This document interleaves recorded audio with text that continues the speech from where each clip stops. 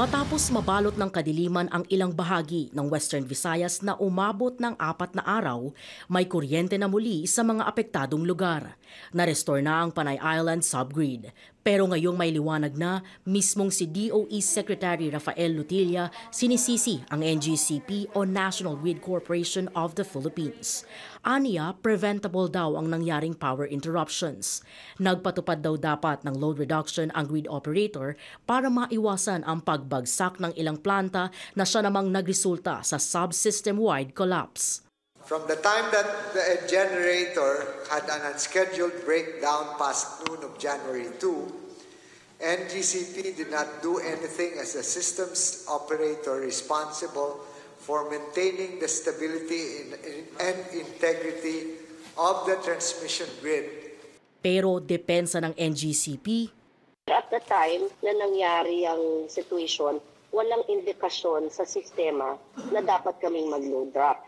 At the time, walang problema sa voltahe, stable siya.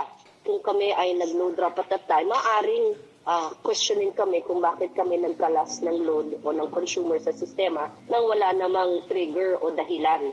Sa isang statement, mariing ding kinondena ng NGCP ang mga aligasyong hindi pagtupad sa mga obligasyon at mandato nito, maging ang hindi umano pagiging transparent nito sa publiko. Pero para sa DOE, ang panibagong malawakang blackout sa Panay Island ay nangangahulugang panibagong review ng prangkisa ng NGCP.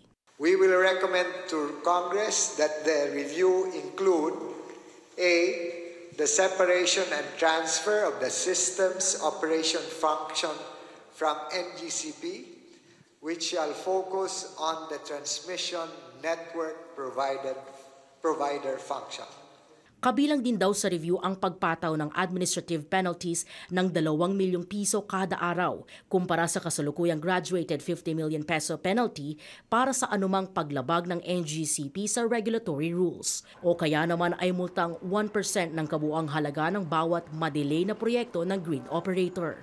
Gaya na lang ng Panay Negros Cebu Interconnection Project na 6 na beses nang na-delay ang completion mula sa dapat sanang December 2020 na naging March 2024. Samantala, ayon kay Iloilo City Mayor Jerry Treñas, tinatayang aabot sa 2 bilyong piso ang losses sa Iloilo City na lubhang napinsala ng malawakang blackout noong January 2. Ako galit na nagalit sa NGCP. Ang question is, who is going to pay for these losses? Ano ba ito? Goodbye na lang? And if you violate and if you do not make good responsibilities provided for in your franchise, then you have to pay for this. Huling isinulong ang pag-review ng prangkisa ng NGCP noong April 2023 matapos makaranas din ng malawakang blackout ang ilang bahagi ng Panay Island. EJ Gomez, CNN Philippines.